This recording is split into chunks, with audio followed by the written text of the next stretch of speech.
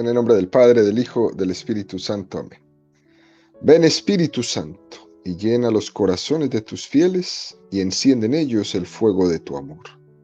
Envía tu Espíritu Creador, y se renovará la faz de la tierra. Estamos estudiando el Catecismo de la Iglesia Católica, su primera parte, la profesión de la fe, segunda sesión, la profesión de la fe cristiana, capítulo segundo, creo en Jesucristo, Hijo único de Dios, artículo tercero. Jesucristo fue concebido por obra y gracia del Espíritu Santo y nació de Santa María Virgen. Párrafo tercero, los misterios de la vida de Cristo. Estamos ahora en el tercer apartado de este párrafo, donde el Catecismo dedica 25 números a desarrollar el tema que tiene como título Los misterios de la vida pública de Jesús. Dentro de la explicación de esta vida pública hemos hablado del bautismo de Jesús en el río Jordán, hemos hablado de las tentaciones de Jesús en el desierto y ahora vamos a continuar con la explicación de el reino de Dios está cerca dentro del cuadro de estos 9 puntos, 9 misterios que nos presenta el Catecismo de la vida pública de Jesús. Jesús vuelve del desierto. Hemos hablado toda esta semana de las tentaciones en el desierto. Allí ha tenido el inicio de su ministerio, afrontando la tentación, luchando contra Satanás, yendo al silencio, llevando a cabo su primera victoria y comenzando la predicación del reino de Dios. Jesús sale del desierto no vencido, Jesús sale del desierto victorioso. Esto es un punto muy interesante para tenerlo presente ahí. Jesús de la tentación sale aplaudiendo, sale victorioso. Número 541 del Catecismo dice: después que Juan fue preso, marchó Jesús a Galilea y proclamaba la buena nueva de Dios. El tiempo se ha cumplido y el reino de Dios está cerca. Convertíos y creed en la buena nueva. Cristo, por tanto, para hacer la voluntad del Padre, inauguró en la tierra el reino de los cielos. Pues bien, la voluntad del Padre es elevar a los hombres a la participación de la vida divina. Lo hace reuniendo a los hombres en torno a su Hijo Jesucristo. Esta reunión es la Iglesia, que es sobre la tierra el germen y el comienzo de este reino. Esto es lo que nos presenta este precioso número 541 del Catecismo. Nos está hablando prácticamente de dos cuestiones que son complementarias. La primera de ellas, es el recordatorio de cómo comienza la predicación pública de Jesucristo. Eso es lo que nos recuerda. Por cierto, queridos amigos, recordemos que la predicación se inaugura cuando Juan es tomado preso, como lo vemos en el Evangelio de San Marcos 1:15. Después que Juan fue preso, marchó Jesús a Galilea y proclamaba la buena nueva de Dios. El tiempo se ha cumplido, el reino de Dios está cerca. Convertíos y creed en la buena nueva. Hay una relación estrecha entre Juan el Bautista, el precursor, y Jesucristo. Conviene que yo disminuya y que él crezca. Esa es la relación que existe entre Juan y Jesús. Juan 3:30. Esa palabra suya se ve plenamente realizada cuando él es llevado a la prisión. Más tarde será decapitado ahí en esa prisión. Ese es el momento en el que para Jesús ha llegado la hora de comenzar su misión. Es como el disparo, de inicio. Jesús sabía que Juan el Bautista, que además era su primo, era el precursor. Era el último de los profetas del Antiguo Testamento. Es el que inicia el que introduce al Nuevo Testamento. Hay una gran semejanza entre el mensaje que Juan el Bautista proclama para despedir el Antiguo Testamento y el que Jesús proclama para iniciar el Nuevo Testamento. Es como un pasarse la batuta el uno al otro de una manera perfecta. Pero fijémonos bien, queridos amigos, hubo que dar la vida para que esto sucediera. A Juan le costó la vida, así como a Jesús le costó la vida salvarnos. A Juan le costó la vida culminar el Antiguo Testamento para dar inicio al Nuevo. La semejanza es que Juan el Bautista habla del reino. Allanad el camino al Señor. Preparad la llegada del que se acerca. Convertíos. Marcos 1:3.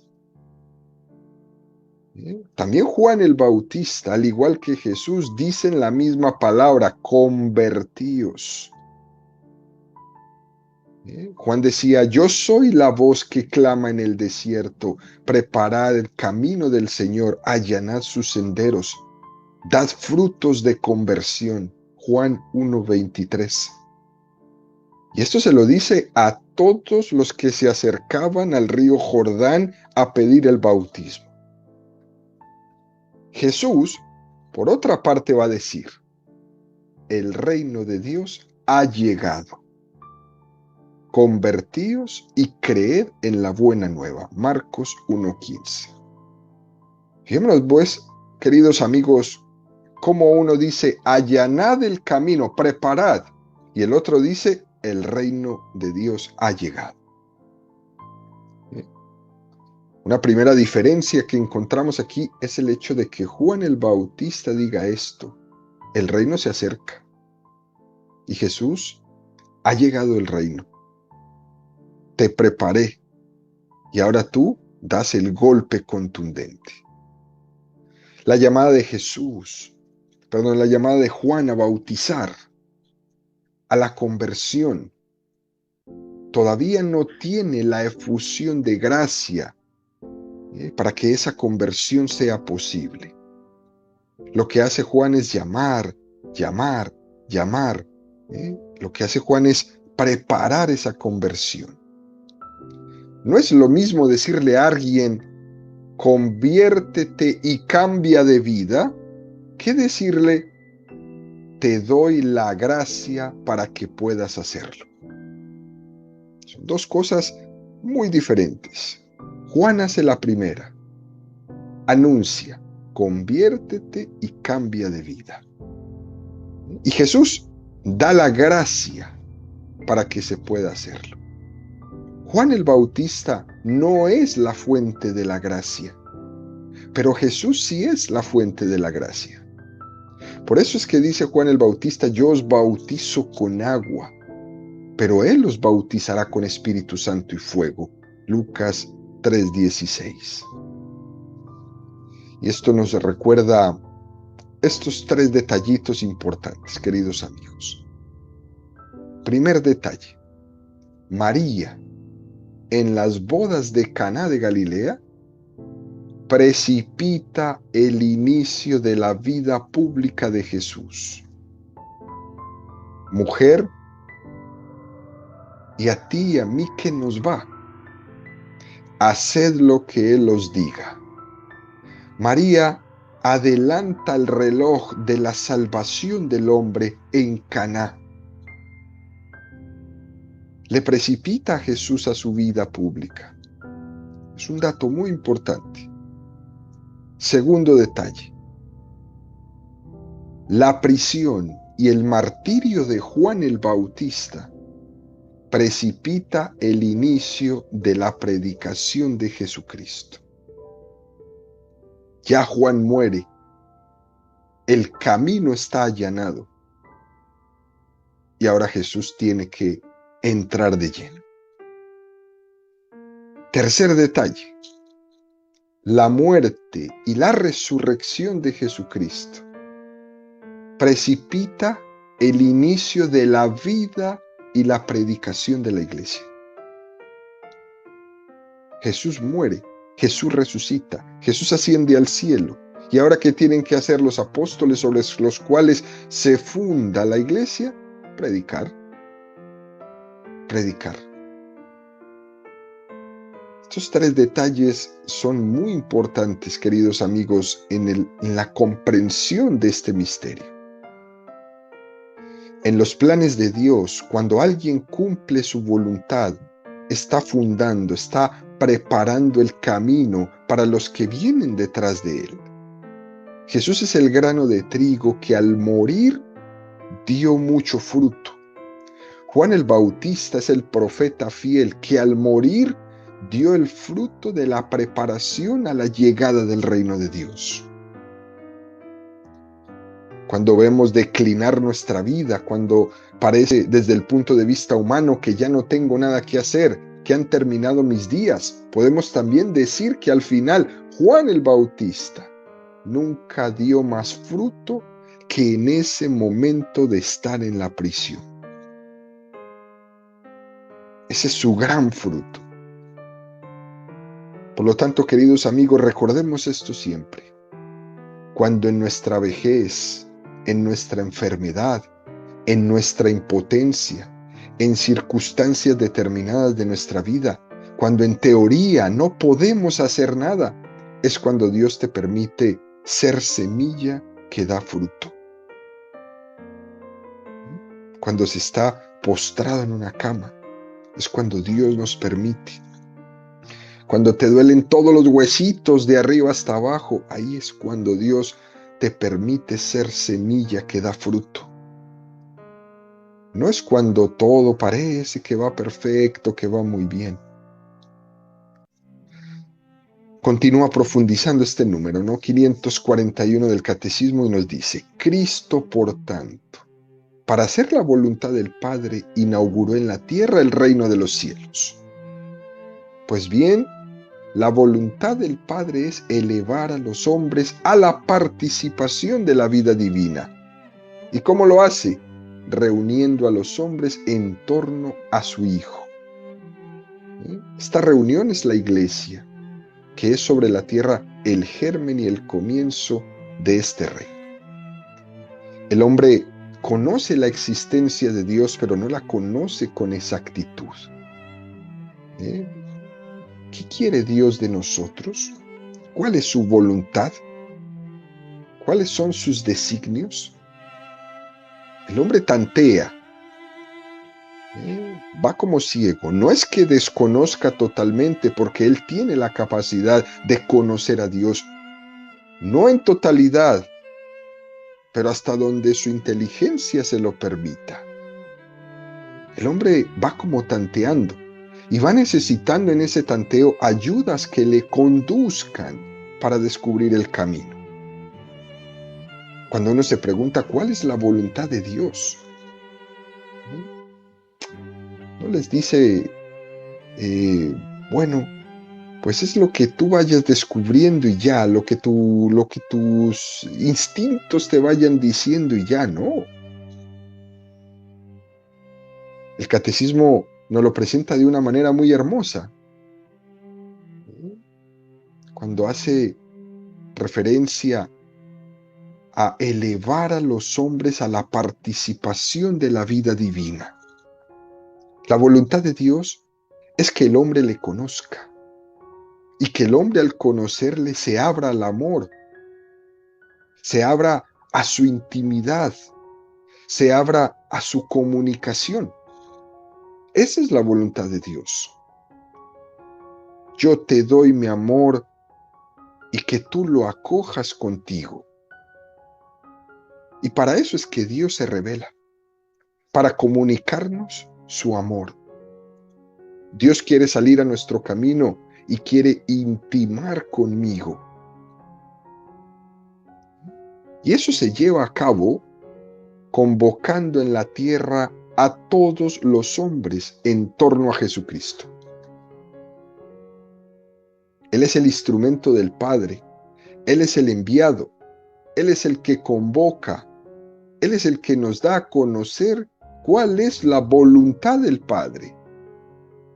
Por eso Jesús, En el Evangelio de San Juan 15:15 nos dice esta expresión tan hermosa: a vosotros ya no os llamo siervos, os llamo amigos. Porque un siervo con su amo no tiene confidencias. El siervo con su amo solamente manda y punto. Pero un amigo no. Un amigo no solo le manda, sino que además le hace confidencias. Le dice el porqué de las cosas. Nosotros no somos siervos, somos amigos. Somos hijos adoptivos del Padre en Jesucristo. Y esto cambia todo. Es Jesucristo, el enviado del Padre, el que va a conformar esta gran familia, que va a estar abierta a conocer la voluntad de Dios. Y esa familia es la iglesia. Queremos ser discípulos de la voluntad de Dios. Este es el mensaje que viene a traer Jesucristo. Vosotros seréis mis testigos.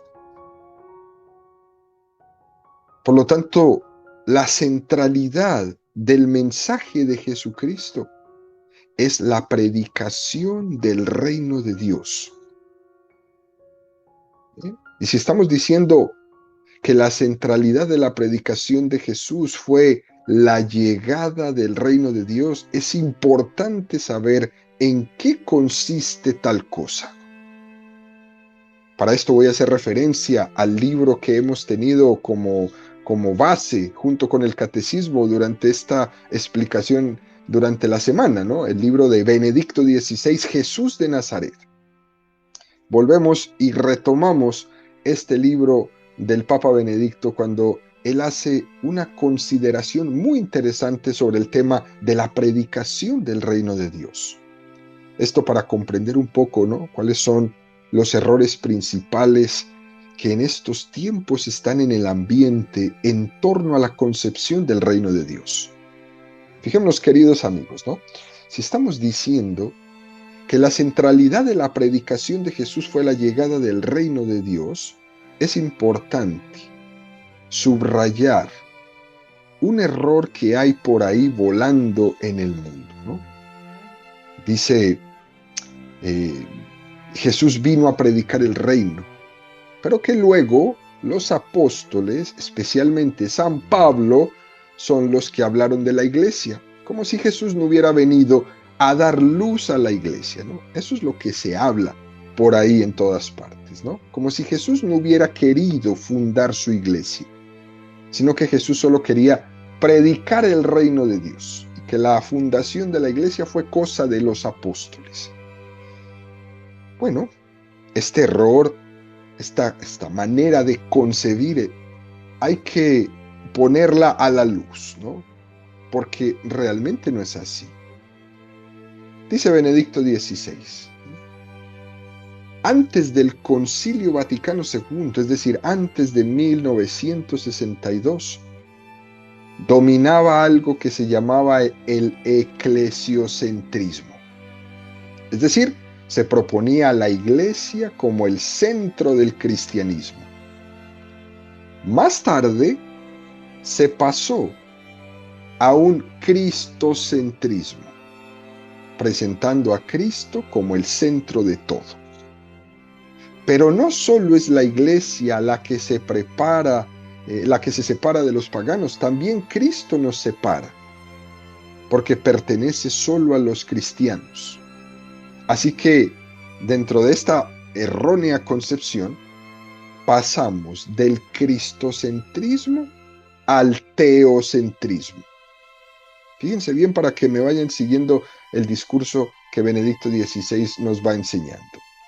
Primero fue un eclesiocentrismo, la iglesia en el centro. Después pasamos a ser un cristocentrismo, Cristo en el centro. Pero como todo el mundo está diciendo que Cristo es solo para los cristianos, entonces la persona de Cristo nos separa de los que no creen en Él.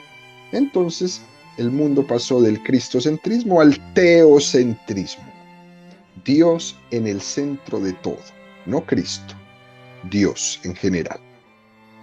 Y con ello se avanzaba un poco más en la comunión de las religiones. pero tampoco así se había alcanzado la meta.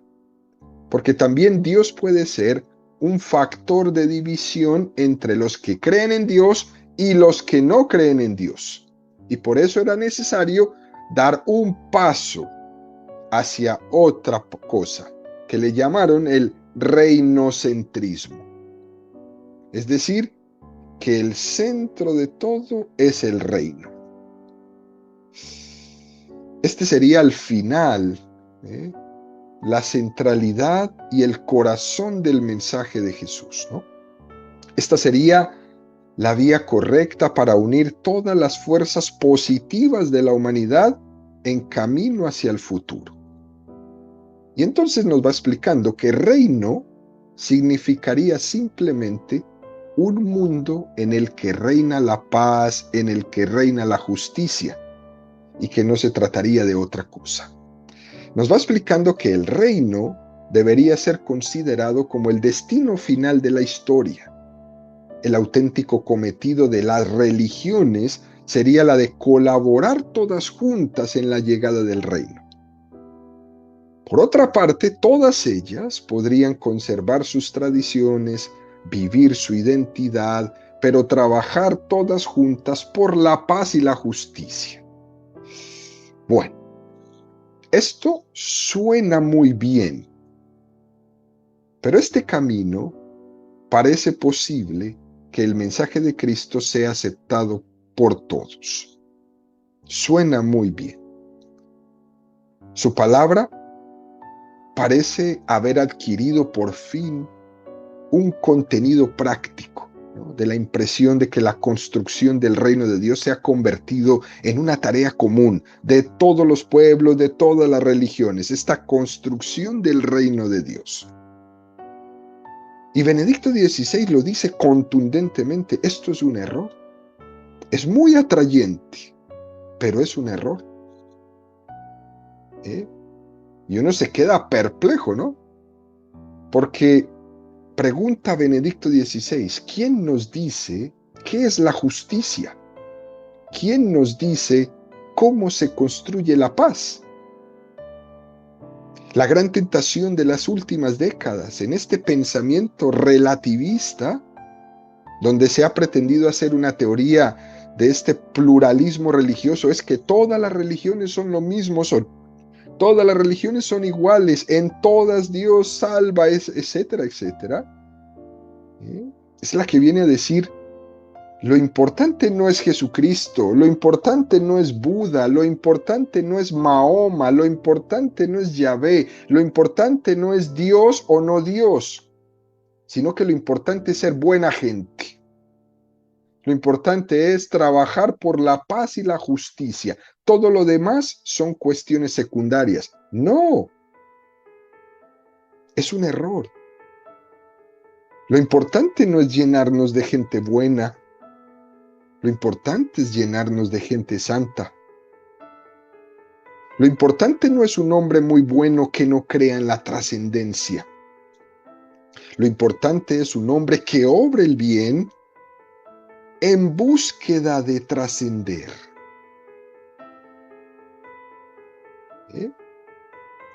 Lo importante, según este error, ¿no?, es que en la práctica, en la moral, en la ética, en la construcción de un mundo nos pongamos de acuerdo. No nos podemos poner de acuerdo en el error. Nos podemos poner de acuerdo buscando la luz, pero no apoyando un error. Y según esto, el reino de Dios ya no se entiende como la iglesia o como Jesucristo, sino como el reino de Dios, como Dios mismo.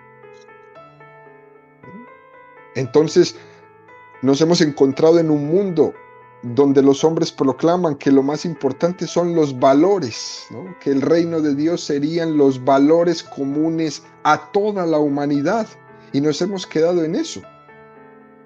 Por eso es que Benedicto XVI dice: hemos pasado todo ese proceso de eclesiocentrismo, cristocentrismo, teocentrismo y ahora reinocentrismo, donde Dios no es el centro, Jesús no es el centro. Esto, al fondo, es disolver el mensaje de Jesucristo en un pensamiento global, común, a todos, medio nebuloso. Y esto suena bien, pero no es nada. No es nada. Es no decir nada. Porque precisamente la gran pregunta es, ¿qué es la justicia? Porque precisamente la gran pregunta es, ¿qué es la paz? Esos supuestos valores que nos vienen a unir a todos, ¿en qué se fundan? ¿Sobre quién se fundan? Si en el fondo, queridos amigos, sin Dios no nos ponemos de acuerdo ni siquiera en los valores. La prueba de esto es que estamos en un mundo, según algunos, llenos de justicia, de paz y de libertad. Y estos entienden que eso es compatible con matar niños en el seno de su madre. Y estos entienden que un mundo de justicia, de paz y libertad es darle a los ancianos una inyección para que no estorben, para que no sufran. Hablar de justicia, de libertad y de paz en un mundo sin Dios es no decir nada. No tiene contenido. Son palabras vanas. No existe paz, no existe justicia, no existe libertad si hemos suprimido a Dios primero. Por lo tanto, queridos amigos, no podemos caer en la tentación de reducir el reino de Dios a unos valores, porque nos perdemos. Lo principal del reino de Dios no son los valores, lo principal del reino de Dios es Jesucristo mismo. Y por eso sí hay una diferencia entre los que no creen en Jesucristo y los que creemos en Jesucristo. Claro que la hay, no son lo mismo. El budismo no es lo mismo que el cristianismo. Jesús dice, ha llegado el reino de Dios a vosotros. Es decir, Jesucristo ha llegado. El reino de Dios es una persona divina que se ha encarnado, que se ha hecho hombre, que vive entre nosotros. Y esta persona ha convocado su iglesia. Por tanto, el reino de Dios es la persona de Jesucristo continuado en su iglesia. A alguno, pues, le puede parecer demasiado difuso o etéreo, pero detrás del debate que está en la calle, en estos errores grandes, incluso errores teológicos que se manejan de un lado y de otro, se manejan en las universidades, que se manejan en los despachos, ¿no? Que se manejan en los libros, se maneja en las redes sociales. Esa forma de dicotomía que existe hoy día tan terrible, Cristo sí, iglesia no, que comenzó hace bastantes décadas, nacía de la interpretación de que Jesús vino a predicar el reino de Dios, pero él no tenía la intención de fundar una iglesia, de darle vida a una iglesia. Hoy en día ha derivado este Cristo sí, iglesia no, al darse cuenta que Jesucristo sí quiso y fundó una iglesia. Al darse cuenta de esto, entonces ya no se usa tanto este Cristo sí, iglesia no, sino que miren la que están usando hoy día. Espiritualidad sí, pero religión no. ¿Qué tal el cambio de palabras de un lado al otro, ¿no? Espiritualidad sí, pero religión no. Porque la espiritualidad la hago a mi medida. La espiritualidad es proyección de mis aspiraciones. Pero la religión me marca el camino concreto y yo no quiero eso. Yo prefiero una espiritualidad que una religión. como un supermercado. Yo escojo solo lo que quiere, lo que no quiera lo rechazo. Eso nace de este error, de no entender el reino de Dios en la persona de Jesucristo. Jesucristo es el que da luz a la iglesia. Es inseparable Dios de Jesucristo y es inseparable Jesucristo de su iglesia, porque ella es su cuerpo místico. Los errores, las herejías, son fraccionamientos, son separaciones de unas verdades de un conjunto que es Jesucristo.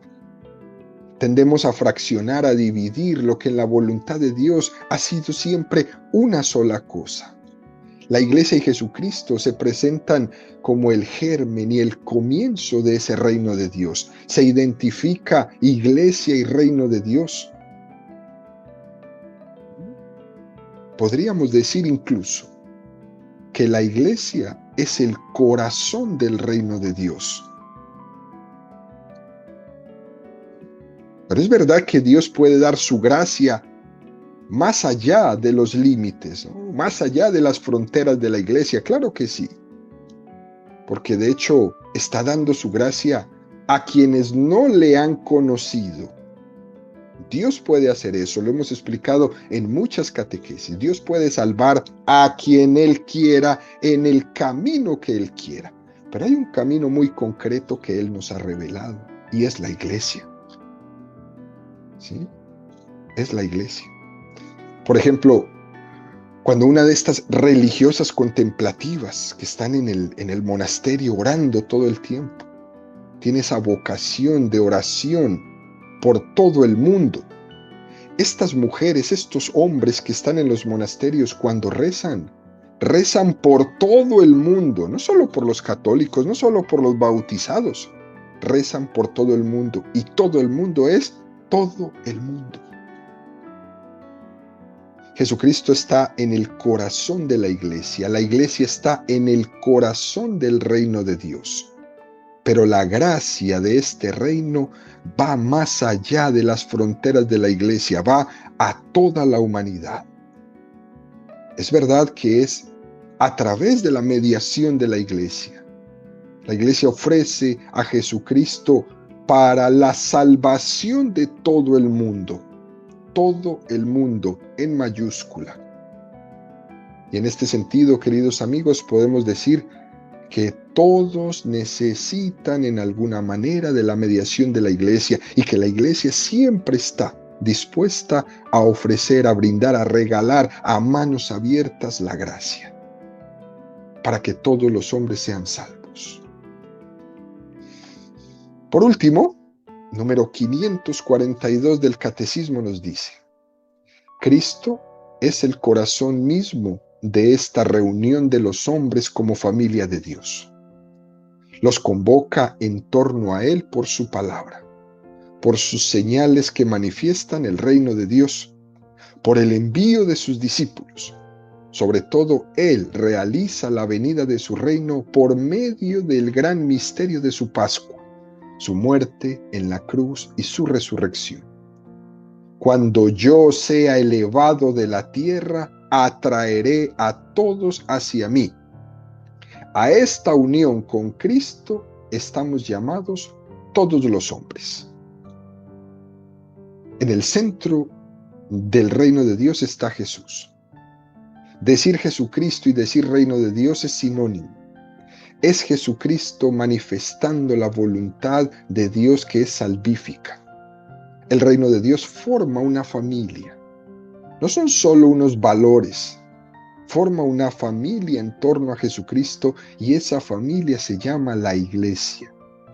Jesús convoca a una familia para que vaya y predique su palabra.